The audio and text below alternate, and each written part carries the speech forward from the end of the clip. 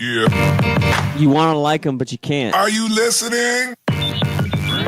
What? Are you listening? Did you bring me on this show to insult me? Yeah. That's what I'm saying. That's what I'm trying to say. Yeah. Hey, y'all don't want it with us, man. We straight gangsters over here, Straight man. gangsters.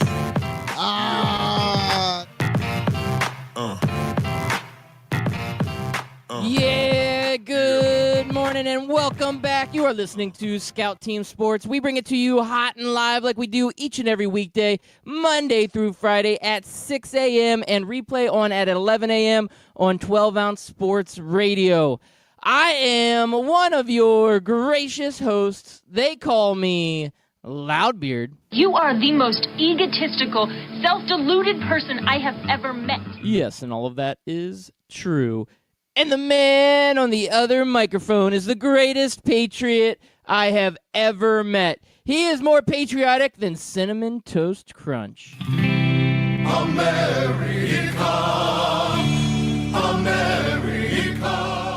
Yeah, it's your boy Chris America coming to you live this Wednesday, Michael Jordan Day. It is January 23rd, 2019, Loudbeard, and I just hope that during this show we do not have a Serena Williams third set meltdown. You know, today's not the 45th. Michael Jordan wore number 45. Oh, did he now? Did you Yeah. know there was also a time, I believe it was number 12, there was a link to the Orlando Magic. It was in either our first season or second season. He came to the Orlando Arena, and his number 23 jersey got stolen, and they could not find it. And he had to wear some, like, just some regular jersey, number 12. I believe that was the number, and he went off for, like, 50 points, but the Magic still won. Wow. Well, look at you. You're pulling out out of the deep, dark recesses of your closet, all that sports knowledge, all your Orlando Magic knowledge, all your Michael Jordan knowledge. I'm impressed this morning, Chris America. You're bringing your A game. My A++ game. I'm just trying to keep ourselves from having that Serena Williams meltdown I talked about.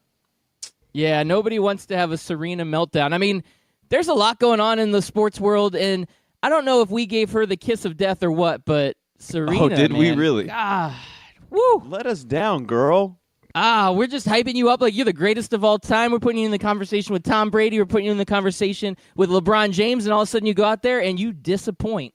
And she was doing so good, too, man. She went up. It was tied 1-1. Obviously, it's in the third set. And she went up 5-1 in that set. And I didn't see what happened, but I just know she melted down and ended up losing that match. She does not get to give us a majors final. Just fell short, man. Serena.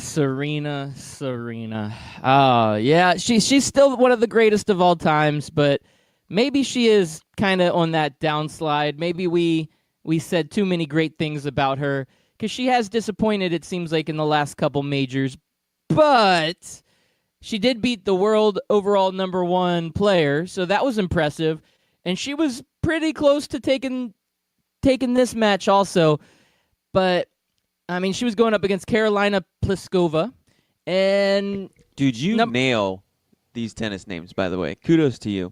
thank you. Yeah, I'm a big tennis guru. I really just like pronouncing the names. They're really nice. I like Carolina. She's fun. Anyway, moving on. I'm not going to go too much into tennis. I mean, Chris America, have you been watching the Australian Open? Because I really haven't been able to catch too much of it.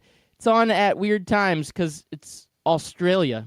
No, because the only reason why I knew Serena had the meltdown is because I scrolled through ESPN.com this morning before coming on the show. Oh, okay. Interesting.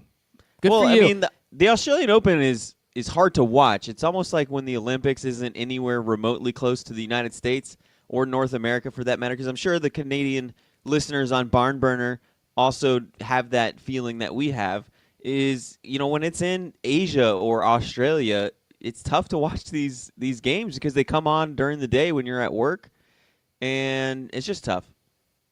It really is. Now, Djokovic, he moves on. He's the other big name he kind of cruises, has no problems. He's probably heading himself to the finals. But we'll see where that ends up. He's now made himself back into the semis. But good for Djokovic, not good for Serena. Australian Open, got to talk a little tennis because there are some big names there. But now that Serena's out of it on the women's side, yeah, there's not a lot of big names out there to follow. And I said it's on while we're at work. I meant it's on while we're sleeping in bed at 3 o'clock. Yeah, it's like morning. late in the morning. Yeah, you wake up at 4 in the morning and you're like, oh, all the results are in. Wow, that was when I basically I what I did sleeping. this morning. Yeah, pretty much. Now, Chris America, we've had a Baseball Hall of Fame induction that happened or election that happened last night. The Saints have a big lawsuit going on right now, and the Grizzlies might be trading some of their big players. Are you ready for a great day of sports talk this morning? Well, Loudbeard, I'm ready for all of that, and I want to know, are you ready for like a 2 or 3 question hockey quiz later on as well? I'm sorry, say that one more time. Are you ready for a 2 or 3 question? I don't want to ask all the questions. I kind of want to start a little segment. I told our listeners up in Canada on Barn Burner that we would try to do our best to learn hockey and make it a little bit comical as we go. Kind of give them a little chuckle at us, little Florida crackers down here in Orlando, about learning what hockey is. And I found this little quiz online last night trying to research different terms. And I actually learned a lot last night, Loudbeard. I feel like I'm a full-fledged hockey savant now. Aficionado. Savant. You're taking that's to the next level. That's what I always do, Loudbeard. That's what we always do here on Scout Team Sports. We take it to the next level.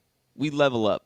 Well, I'm ready for some hockey questions, but I'm going to do terrible. My hockey knowledge is very, very shallow. That's where the comical part comes in, my man. Yep. We're doing this together. We're learning this together for our fans up in Toronto.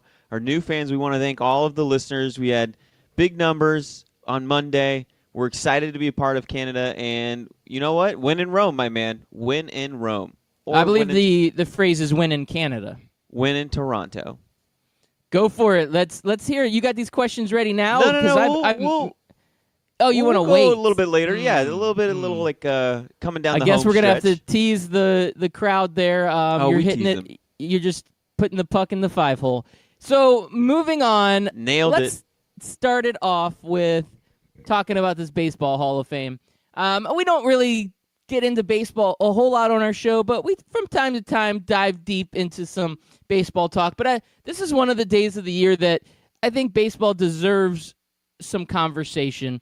And obviously last night with the election of Mariano Rivera, Roy Halladay, Edgar Martinez, and Mike Mussina into the Hall of Fame, there is a lot of discussion around these 4 guys.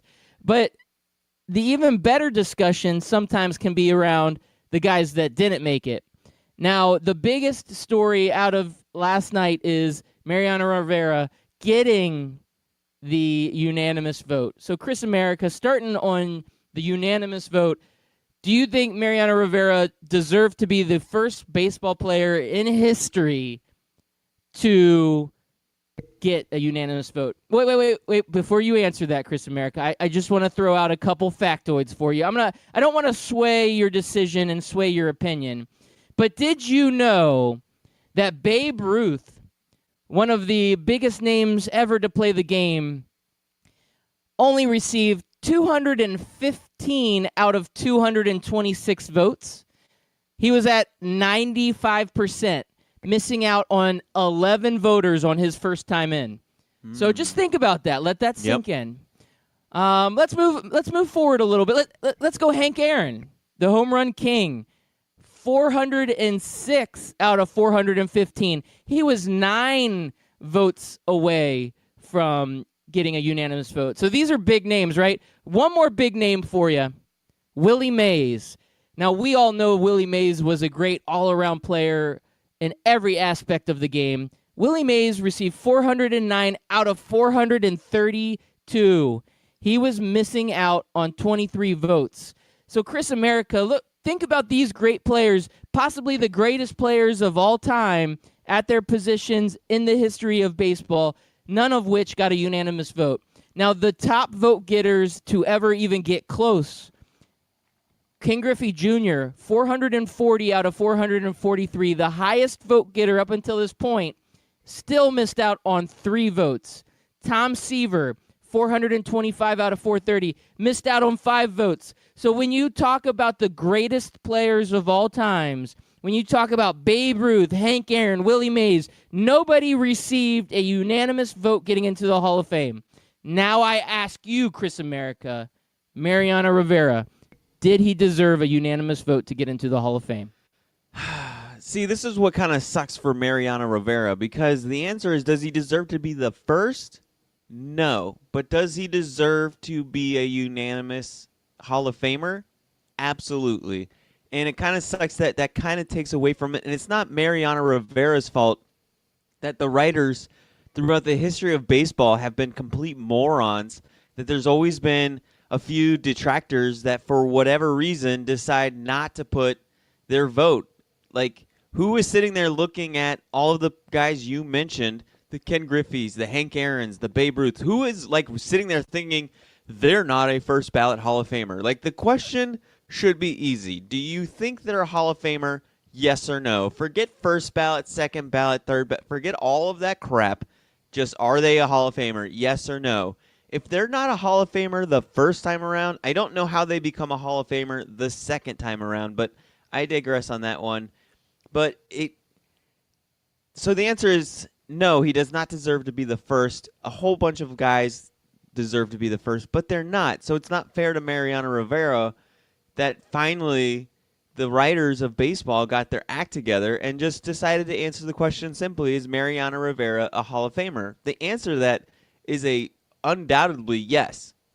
There's no doubt Mariano Rivera is a Hall of Famer, and you should vote that way. And don't worry about being what the other guys are doing, and don't not vote for him just because you don't want him to be the first.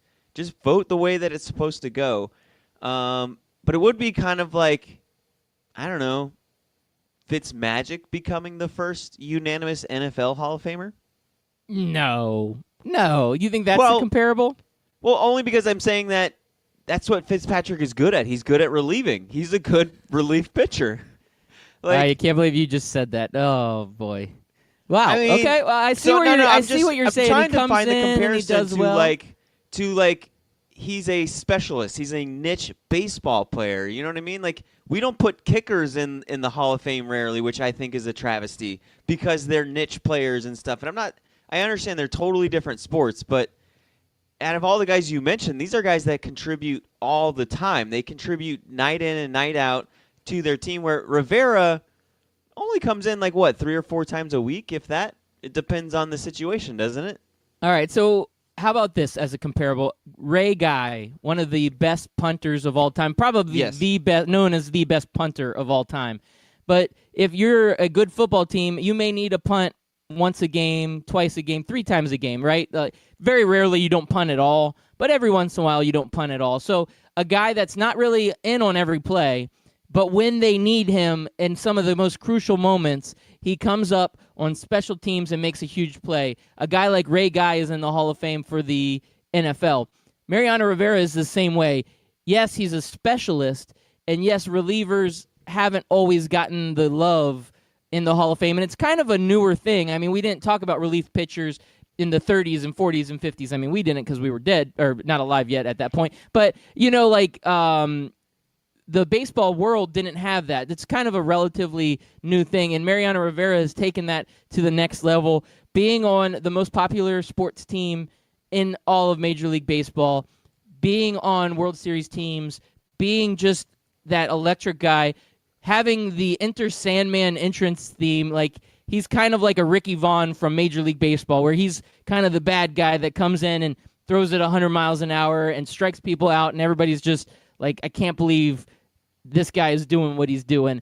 And to me, I have to echo all your sentiments about him deserving to be that first being a unanimous vote. But you're right, he doesn't deserve to be the first because all these baseball writers and whatnot over the years, it's been like a weird system where they talk about how they don't think anybody should ever be unanimous. Well, finally we broke through that glass ceiling, right? We finally broke through it. And now we're seeing progress in baseball.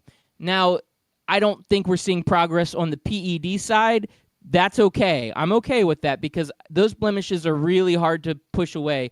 But giving a guy credit, and honestly, some of those PED guys, they may have helped Mariano Rivera because Mariano Rivera was clean. And all of those great players from the 90s and the 2000s that were speculated to have drug use, all of those guys voters are struggling to vote for them. So they're looking for a guy that's clean, that stands above, that's best at his position. And Mariano Rivera punches every single box. Don't you agree, Chris America? Yeah, I think we had a glitch there or something. But yeah, I agree with everything you said, except for the fact that you said I was not alive back in the 20s and 30s. I did have a past life. My name was Oscar Van Buren.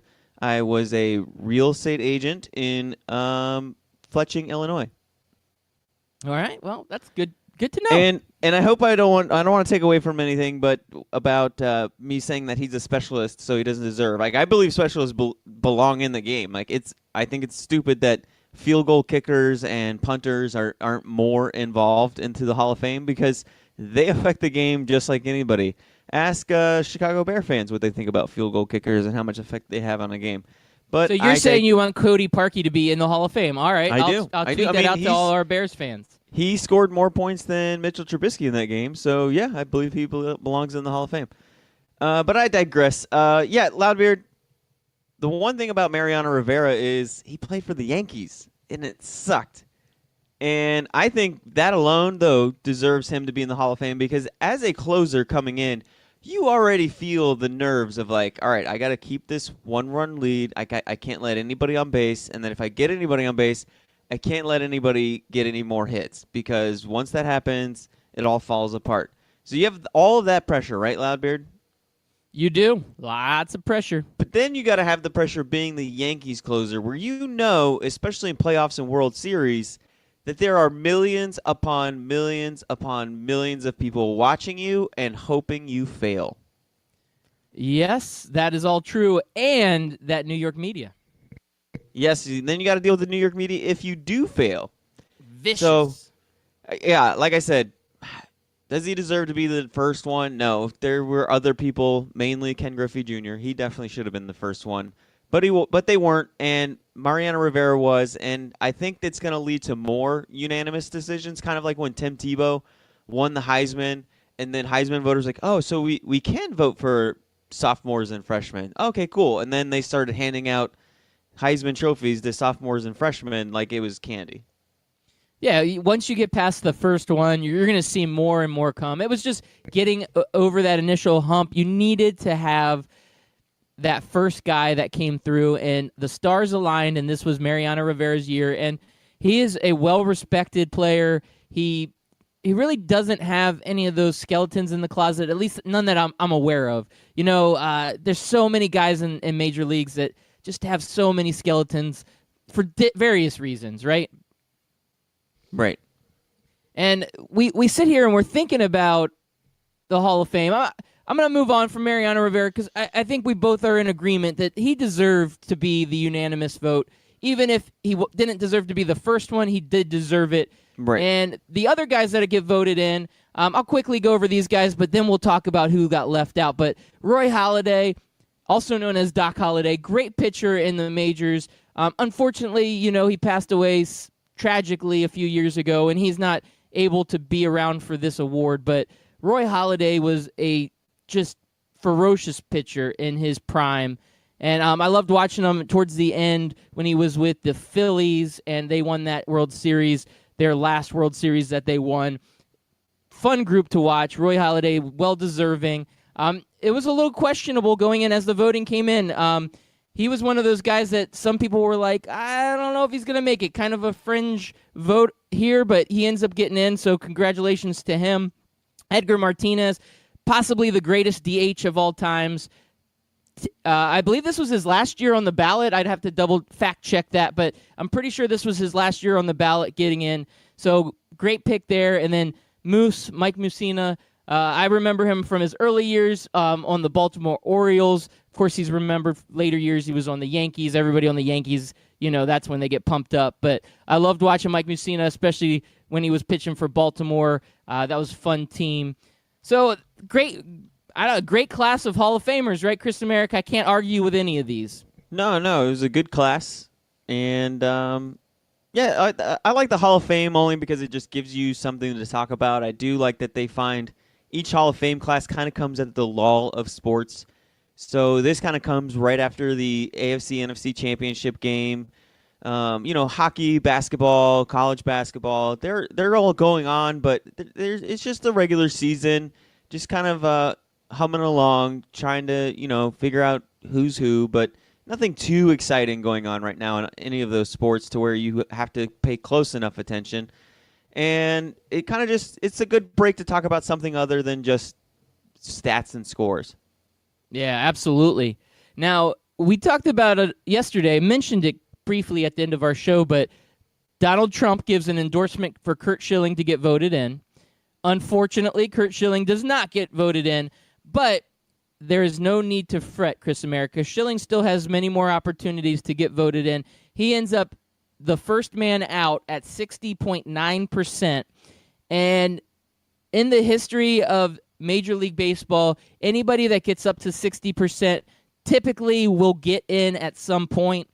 Gil Hodges is the only player in the history of Major League Baseball to get over 60% on voting and never to actually make it into the Hall of Fame. So the odds are in favor for Curt Schilling, but again, his controversial beliefs off the field have clouded his potential election to the Hall of Fame. So I think he will get in one of these days, but the dude needs to kind of shut up and straighten up for a couple years just so he can get in this, and then he can talk about whatever he wants to talk about. Well, Loudbeard, let's talk a little bit about that because there was two other guys that still have yet to hit the 60-point mark. And listen, I'm a firm believer that I feel like you only get one shot at the Hall of Fame. Maybe you get a second shot 5-10 years down the road when there's like new writers in. Maybe those writers had a grudge against you, or you just didn't get a fair shake with those writers, so you might want to try it again. But to me, you're either in the Hall of Fame or you're not. Nothing's going to happen between this year and next year to put Curt Schilling in the Hall of Fame. He's not going to play any more games. He's not going to create any more stats. He's not going to have any more moments. You have to look at his career now and say, is this guy a Hall of Famer, yes or no? And if you vote no, what's going to change over the next 5 or 6 years or over the next year or 2 years? What changes between then? I don't get the people who vote no and then 2 or 3 years later vote yes. This is part of the system, though. It's kind of like we talk about college football never changing. Right. They've got it set up where they say, okay, you got 10 years. The sooner you get in, it's more prestigious. But if you don't get in at first, then we'll let you get in later, and you're still a Hall of Famer, but it's not as prestigious as the first ballot Hall of Famer. Yeah, and it's just, like I said, it's just stupid. Now, with the guys that we're talking about, if they didn't have the controversies, they would be in. Now, I don't know how I feel about this, Loudbeard, because I don't want to reward bad people, but what is the point of the Hall of Fame? Is it supposed to be a museum? Is it supposed to be something that magnifies or just shares the story of the greatest players of all time? Or is it also kind of supposed to be a choir boy club? Because, listen, I'm sure if we dug deep enough in a lot of people's pasts in the Hall of Fame, of each Hall of Fame, we'll find some stuff that we're not a fan of, that we won't like.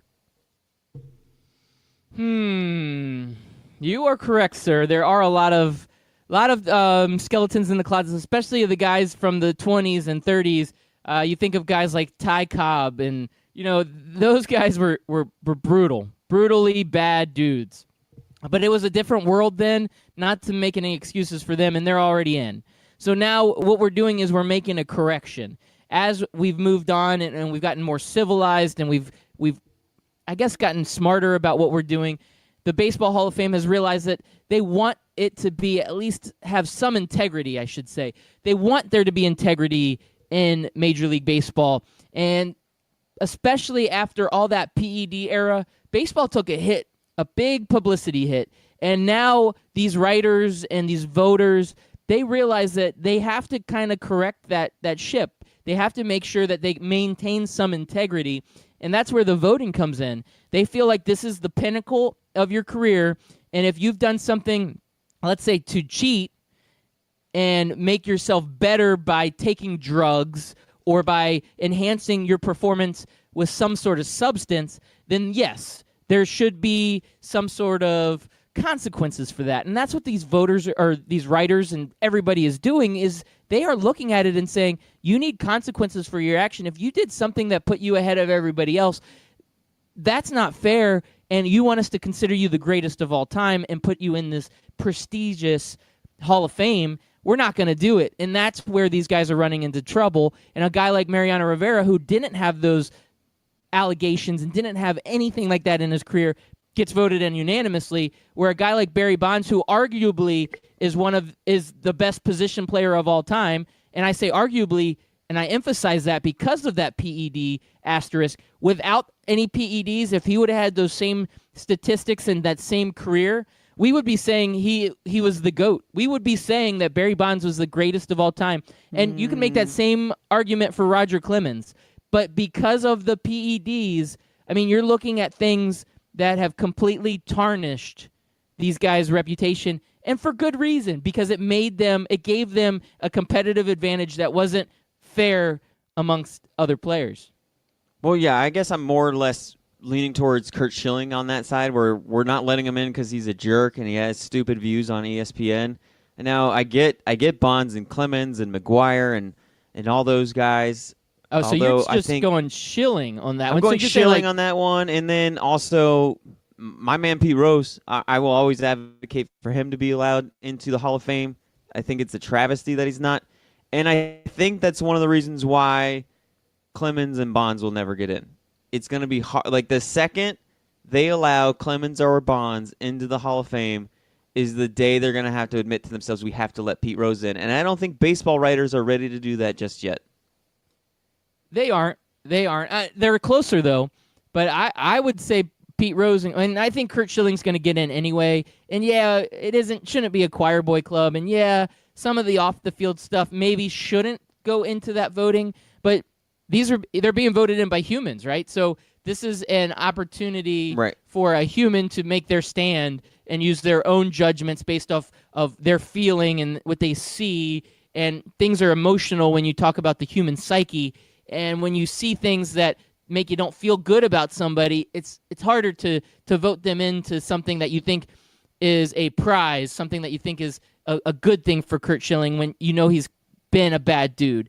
And I think the same thing with Pete Rose. But I believe Pete Rose should be in, and I believe Curt Schilling should be in, where I believe the PED guys should not be. Trust me, as somebody who had a past life in the 20s and 30s, Babe Ruth, not a great guy. Womanizer, alcoholic, smoked a lot. Not good for the kids to look up to. But you know what? People die, and we move on as a society, and we don't really look at that stuff 50, 60, 100 years later. 50 years from now, nobody's going to care about what Curt Schilling's politics were. It might be a blurb. It might be something mentioned. But if you were to go to the Hall of Fame and see Curt Schilling's statue or whatever they put in the Hall of Fame, his bust, nobody's going to sit there and look at him and be like, oh, well, there's Curt Schilling, the guy who who called Islam's Nazis or something. No, they're just going to be like, oh, there's some dude from 50, 60, 100 years ago. He pitched for the Red Sox. Oh, look, he had a bloody sock game. That's pretty cool. All right, moving on to the next pitcher that I have no connection to whatsoever because I wasn't even remotely alive then. Okay. I mean, you bring up good points. A lot of people aren't going to remember all of the shenanigans with Curt Schilling. I mean, that's not going to be what he's known for. He's going to be known for his great play. He's known for it now because we know it. We saw it. We heard it. We debated it on Twitter. But, God, I'm pretty sure there's lots of athletes that, existed in the 40s and 50s that said and did things, and it was a big deal to the writers and the sports fans of that time. But then it just gets forgotten. Because we don't care to carry those things on past the grave. And I think the same thing's going to happen with Pete Rose. I definitely think Pete Rose is going to get in after he's dead. That's when I think he's going to be put in the Hall of Fame. And it's a shame. It sucks for Pete Rose, but hey, I guess don't gamble. Yeah, the Pete Rose story, we could talk about a whole show about Pete Rose. I mean, yeah, talk about getting into some stuff. Well, Chris America, it sounds like we're up against that commercial break. I mean, we're hard about hitting this commercial break right on time each and every day, aren't we? Yep, we are. And now, Loudbeard, I want you to study up. Don't be a hoser. Try to study up and learn some hockey terms like a hoser.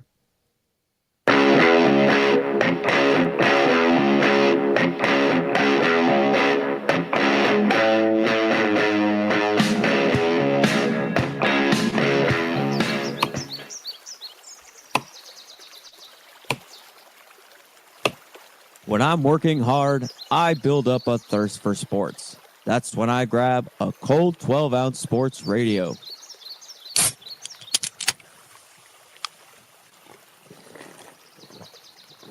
Ah, 12-ounce sports radio. Quench your sports thirst. Scout Team listeners and friends of the show, I've got something special for you. It looks like 12-ounce sports radio has done it again. We have partnered with Rally House. You just go to the website, 12ozsportsradio.com. Click on the banner on the right side of the page, and it will take you directly to Rally House. Rally House has some of the greatest, most unique sports items for that diehard fan, casual fan, and anybody and everybody out there that is special in your life. So go ahead and check it out. Once again, go to that website, 12ozsportsradio.com.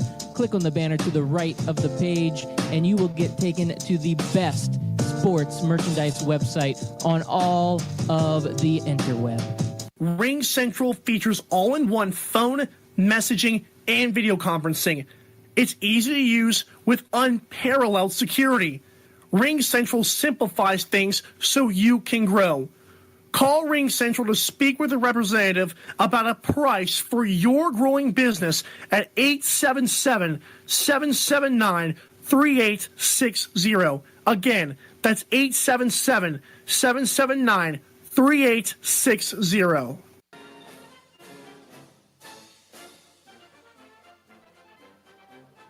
Hey everybody, it's your favorite Patriot, Chris America, and I want you to listen every single weekday, Monday through Friday, 6 a.m. to 7 a.m., and on replays from 11 a.m. to noon of Scout Team Sports. Listen, George Washington did not cross over the ocean blue in 1492 to defeat the Nazis, so you can listen to the same tired national clickbait sports stories. So once again, tune in to us every single morning, 6 a.m. to 7 a.m., and then we replay from 11 to noon. I will see you there, and God bless America.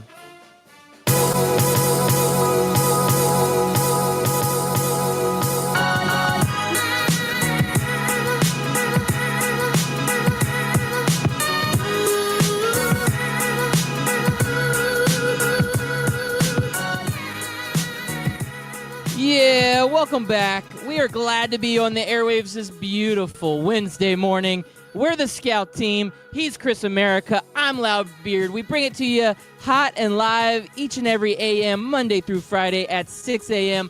on 12-ounce sports radio. Replay on at 11. We're also partnering with Barn Burner Network. We're excited to have our show played on the Barn Burner Network, which plays up in Canada and all over the world. So welcome, and we appreciate all of our listeners out there.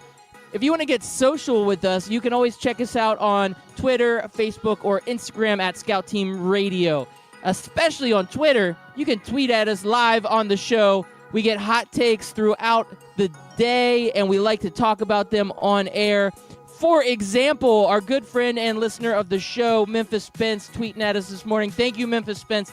He says, Scout Team Radio, you need to fire Chris Scout Team for comparing Fitzmagic to Rivera.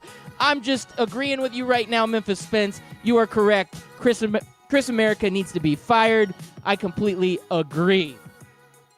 Wow. You can catch our podcast too, right, Chris America? I started talking about firing you, and I didn't even throw out all of our promo stuff, man. I didn't even talk about our podcast. A raise. I deserve a raise for bringing that up.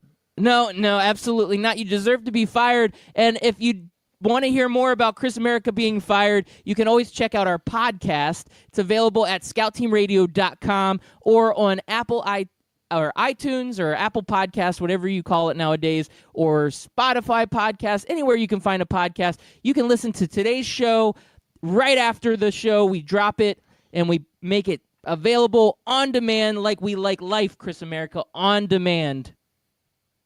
On demand. And if you're new to the show and you're like, man, what are some of these inside jokes they're talking about, or who is this golden ghost guy?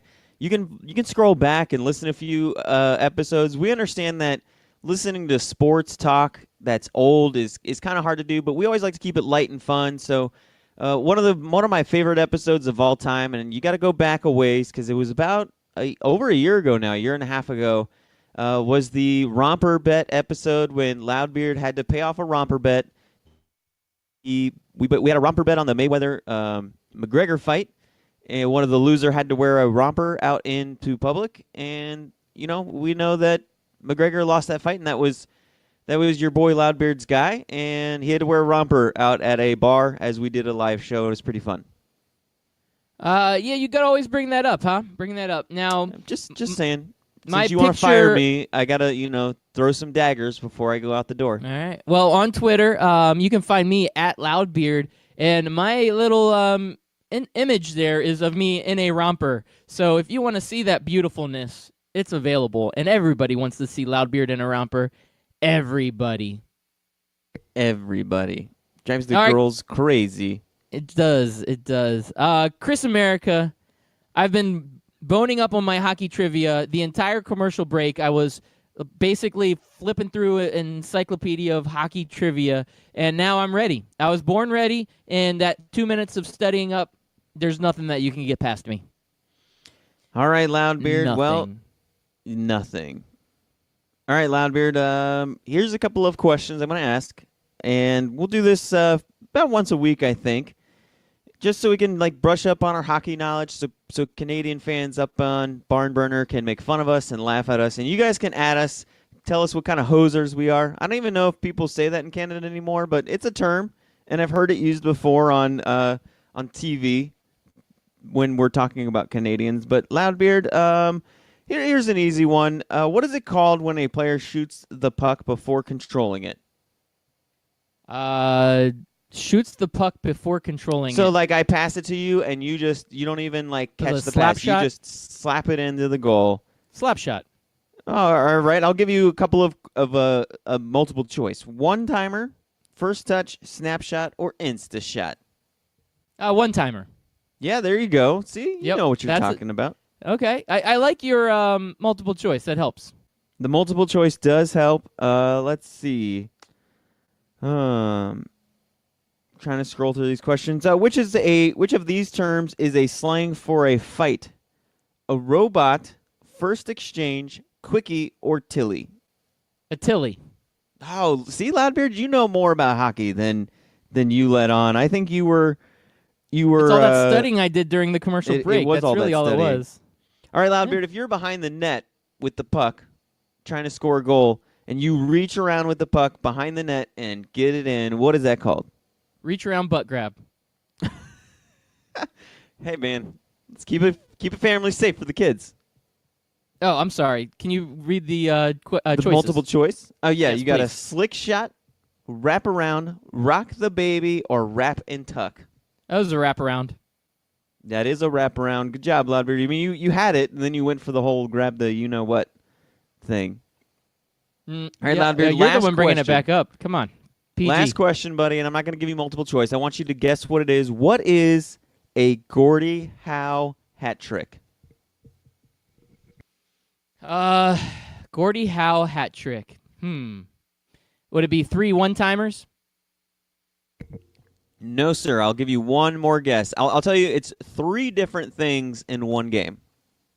Okay. So would that be the wraparound, the one-timer, and the slap shot? I don't know. I'm guessing. No, you are guessing. It would be a goal of any kind. Doesn't matter what kind you get. An assist.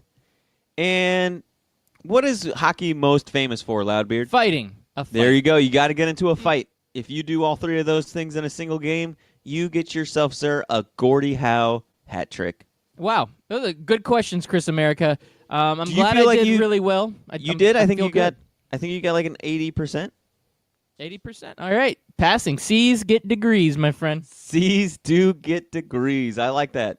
I'm gonna have to remember that if I Yeah, ever go back I to made that up college. just now. I've never, ever heard that before. Just made it up. No, I'm lying again. You're lying Oh, again. Well, man. Louder, we did have some hockey action last night. Calgary won in overtime. The Miss America's Detroit Red Wings, they held off a comeback win from the Edmonton Oilers.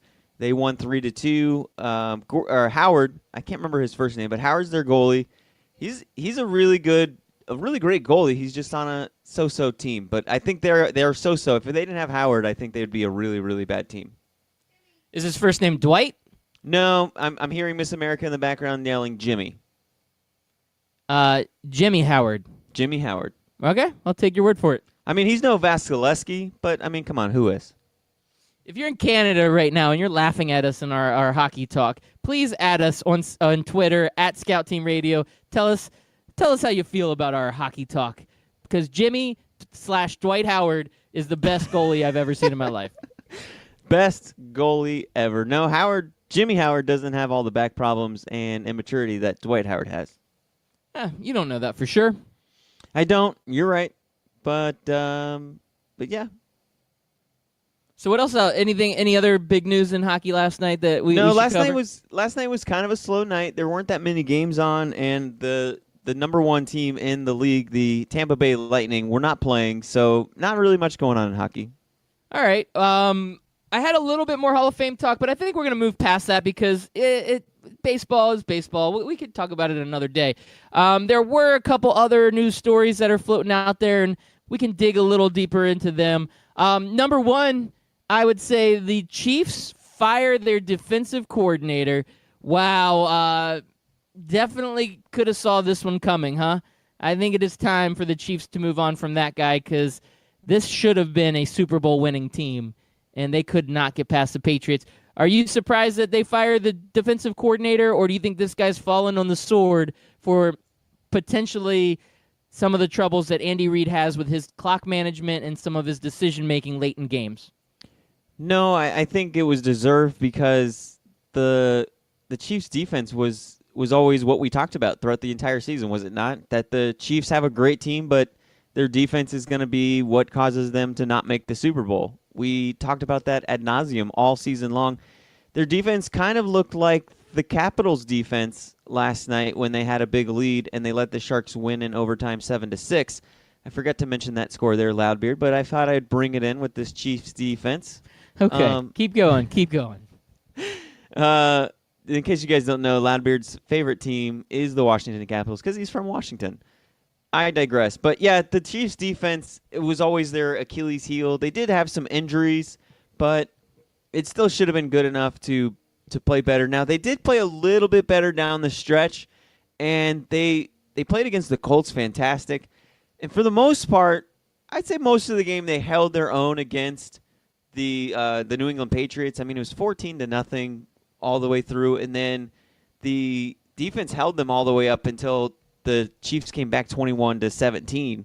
So there was at one point in the game where they had a 21-3 run, and that falls on the defense helping them out. But in the end, they let them march down the field like 3 3rd and 10s and 3rd and 11s, and you give them up. You don't make any adjustments to take away that post route or that quick slant by Edelman or Gronkowski. Yeah, you got to go, man.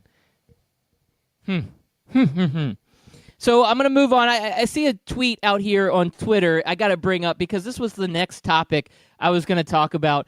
And this is kind of crazy, but David Green at meangreen_42, he tweets at us. Good. He's a great listener and a good friend of the show. Thank you for tweeting in, David. But will the Saints lawsuit get legs? It's ridiculous, but Goodell is talking. So this Saints lawsuit got a lot of momentum this past day. Crazy as the story is, but the Saints, well, a lawyer is suing the NFL on behalf of the Saints fans and organization because of that missed PI call. Now, what he's trying to do is get them to replay that final minute 42 of the Saints game with the pass interference call taking place. Now, that is crazy, and there's no way I can see that happening. But David is right. He's tweeting and saying Goodell's talking about it. I mean, there's some conversations being had out there. I don't think it'll happen, but do you think this lawsuit has legs, and you think anything's going to come of it? No, I don't. What do you mean that, like, Goodell is he actually talking about having the teams come down to the Astrodome, not the Astrodome, the Superdome, and start the game over from where they left off? Yeah, I don't think he's the one saying that so much, but he's kind of in open dialogue about the situation. He's recognizing that it was a missed call. He's not kind of sheltering himself and not being a part of that conversation. Now, I don't think he's endorsing, doing it over, but the fact that he's acknowledging it is making it like almost enough to say, wow, this could happen, though it's a 0.0001%. And lawsuits like this, typically nothing ever comes of them because it would be hard to do. And it would be Pandora's box. Once you opened it up and that would happen, if he were to make that decision, I mean, what would be next, right? But we'd have to get a decision soon, because if they were going to replay it, they'd have to do it, this weekend? Yeah. And they would have to make a decision right now, and I don't see a court, I don't see Goodell, I don't see anybody making that decision. But it's just interesting how it's unfolding. This is quickly turning the Saints into one of the most hated fan bases in sports. They used to be beloved. I mean, they kind of get annoying with that who dat over and over again. But we got behind them with the whole Hurricane Katrina thing, and for all the right reasons and everything. But now it's just, dude, get over it. You lost, okay? You're not the first team to have a bad call go against you. You're not the first team to play in a game where the referees were crappy and you end up losing because of it, or partially because of it. Because, again, Drew Brees had the ball in overtime. If he was the greatest of all time, like Tom Brady, he would have driven his team down and won the game. But instead he didn't. And we can talk about why he threw that interception and how there was a hands to the face then. But you got to play better than the ref's ref. That's always been a mantra of sports. You got to play better than the ump's ump. You got to play better than the ref's refs. You just do. That's just part of the game. And the Saints didn't play better than the refs' refs. You know who played better than the refs' refs? The Los Angeles Rams. Because it's not like there weren't missed calls on the Rams and it was just a one-sided affair. This isn't like a basketball game where you see one team going to the line 35 times and the other team getting 8 free throws.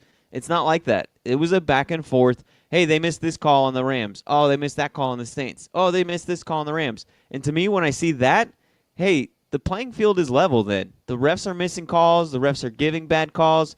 One of you has to play better than the refs ref and the other team. So the Rams were the team that did that. Well, I'm going to give you a different take on this, Chris America. Let's hear it. I'm a diehard UCF fan, and we went through that national championship, and a lot of the teams out there were calling it a fake claim and all that. Well, a lot of the heat we got was from LSU fans, and the majority of LSU fans are typically New Orleans Saints fans, to be honest with you. And I had some LSU fans over the past year and a half or year given a lot of their opinions on the matter. And I'm kind of on the side of the Saints here. I want to see some chaos. I want to see some change. I like there being controversy. And I kind of look at it, you know what, if the New Orleans Saints, based off of that play, want to claim themselves as NFC champions, go do it, man. And as you did not support me in my UCF national championship, I will support you because I feel like I'm going to be the better person in all of this.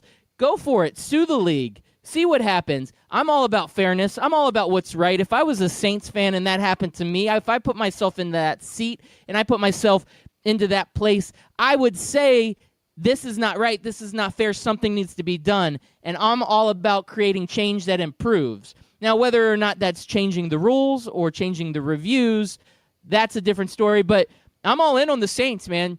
Players going to play. Just do your thing. I'm in. I'm in with you, Saints. I'm a Saints fan as of right now. Now that it's a controversy, I like to be on the other side. I like to be on the side that's a little edgy, that creates all this stir, and I'm good with the Saints fans. You guys do your thing. I'm with you. I'm 100% now backing the Saints. I like the Rams. I predicted them to win. I won my prediction. It helped me win I was doing Ball Street Trading, the new app that we endorse, and I'm all in on the Saints, my friend. All right. Hey, man, you do your thing. You do you. I'll do me. And I just hope that this just brings about some change in rules, and that's about it. I don't need people getting money. I'd love to watch another real game this weekend. Not just the Pro Bowl, but like a real game. No, like that would be one of the worst. Like it would be bad. It would be bad. I have to admit. Like all you're gonna do is you're gonna see the clock's gonna be like what, a minute 48. You're gonna watch the Saints take a couple of knees and then kick a field goal, and then we're gonna send them to the Super Bowl because of that. Like it would be one of the worst things to ever happen in the history of sports if they did that. What if they said, all right, we're just going to play the whole game over again? Just start over, do over. What do you think? I don't know, man. You just move on, man. I mean, maybe we think about talking about making, the playoffs a 2-for-3 series, and you got to have a 100-man roster, and you can't play guys more than so many snaps or something like that. No, come on, don't be unrealistic here. We'll just play the whole game over again. Just being real here, being totally real with this. I mean. Again, I'm gonna if I'm being calm and just thinking about this, it doesn't make sense. But honestly, if I was a Saints fan, I understand where they're coming from. I think they deserve the fair treatment, and the game's over and it's done. And I don't think there's any going back from that. But create some change, like with when UCF was claimed the national champions, and all of these LSU fans are saying, "Oh, fake national champions." Well, guess what? You guys are acting like you're fake NFC champions at this point. So it's no different. But the reason that you do that is to create change. And sometimes you got to speak out a line so that people hear you. Whether they agree or disagree, or they respect or disrespect you, whatever happens, at least you're creating that conversation. And that's what the Saints are doing. They're saying we can create change. I don't think it'll replay, but I think they will set a precedent of, this is not acceptable, such an egregious miscall in the NFL. Whether we expand the reviews, what do we do? But we need to change it so this doesn't happen to anybody else ever again. So hopefully the Saints can create change. UCF hasn't created the change that they've wanted yet, but there's definitely that conversation out there. And I put them to, they're very similar, and I think it's great. I love it on both accords. I'm all in. Well, Loudbeard, I meant to give a shout-out yesterday. I totally forgot, so I'm going to do it today. And this person's going to agree with you. One of our best fans, Nicholas, he'll agree with you on that sentiment that the Saints should get another shot. So good. Shout-out to Nicholas. I like smart listeners. They're you my do favorite. Like smart listeners. Loudbeard, we got 2 minutes. You want to go over the Memphis Grizzlies real quick about what they're doing with Gasol, and I can't remember who the other guy was. Mike Conley. Yep, Mike big-time Conley, point guard. So, the Grizzlies have kind of realized that they are out of the fold, and they kind of are in blow-up mode. They've been bad a couple years. They made a couple tough decisions. They brought in Chandler Parsons on a bad... Yeah. Loudbeard, first, were they ever in the fold? Yeah, well, I mean, not this year, but they thought they could get back into the fold. Grizzlies were a tough team year in and year out with Marc Gasol and Mike Conley, and they had some injuries last year, and they were basically at the bottom of the heap. And they thought with Gasol and Conley coming back this year, they thought maybe Parsons could be healthy, that maybe they had enough to compete. Well, now they're at the point where the trade deadline's coming up. They're not able to compete, and some of these guys are getting older. Gasol's getting older. Conley's getting older, and they're high-paid guys, and they're thinking, okay, maybe we can get some young value. Maybe we can get some young assets, some draft picks out of these guys. So they're open for conversations for these big-time stars, Marc Gasol and Mike Conley. So Grizzlies have put it out there to the league, and what I love about the NBA trade deadline, one, you get the rumors flying all over the place, and half of them are crazy, and the other half might have some merit to them. But you see big-time players moving teams, which changes the complexity of the NBA. And there's teams out there now. The Rockets, I don't think they have a whole lot of room on their cap to be able to do this, but And the Rockets are big-time buyers. They want to get themselves back into that conversation like they were last year, into that fold, into the Western Conference Finals against Golden State. The Rockets want to get better. So the Rockets are buyers, man. And there are some teams out there like the Lakers are buyers. There are teams that want to get better at the trade deadline, and you're going to see either Marc Gasol or Mike Conley or both getting moved before February 7th is the trade deadline, if I'm remembering off the top of my head correctly. Man, you gave out a ton of information in 2 minutes, Loudbeard. You're better at the 2-minute drill than Andy Reid is at running it as a coach. So congratulations to that. So I'll end the show with this. The Memphis Grizzlies were in the fold like the neighborhood kids had that one kid in the fold that he was only really hanging out with them because everybody's mom made them include him. So yeah, you're killing me, Smalls. Thank you all for listening in. It was a great show. We love having you in each and every weekday. Good show, Chris America. Do you think we're ever going to see the Golden Ghost again? He may have retired. Oh, wait. He's Stop kinda the at the music. Stop the retirement music, age. Loudbeard. Stop the music. Wait, Loudbeard. Yes. We forgot to tell him. Tune in tonight at 7:30 p.m. Eastern Standard Time on 12 Ounce Sports Radio for Scout Team After Dark. We get a little bit more loose with the tongue. We drink a couple of beers, and we don't keep it so family-friendly. It's a little bit more fun and relaxed and a little edgier. So if you're new to this show, make sure you tune in on 12 Ounce Sports Radio. But if you're easily offended, don't listen in. Okay, now hit the music. You're killing me, Smalls. I know. But we forgot to do it. Did you do it at the beginning of the commercial break? No, I didn't. I ran out of time. Good. I was my promoing. I was all thrown off because I was just trying to fire you. All right. Well, I'm still going to show up tonight. You're still fired.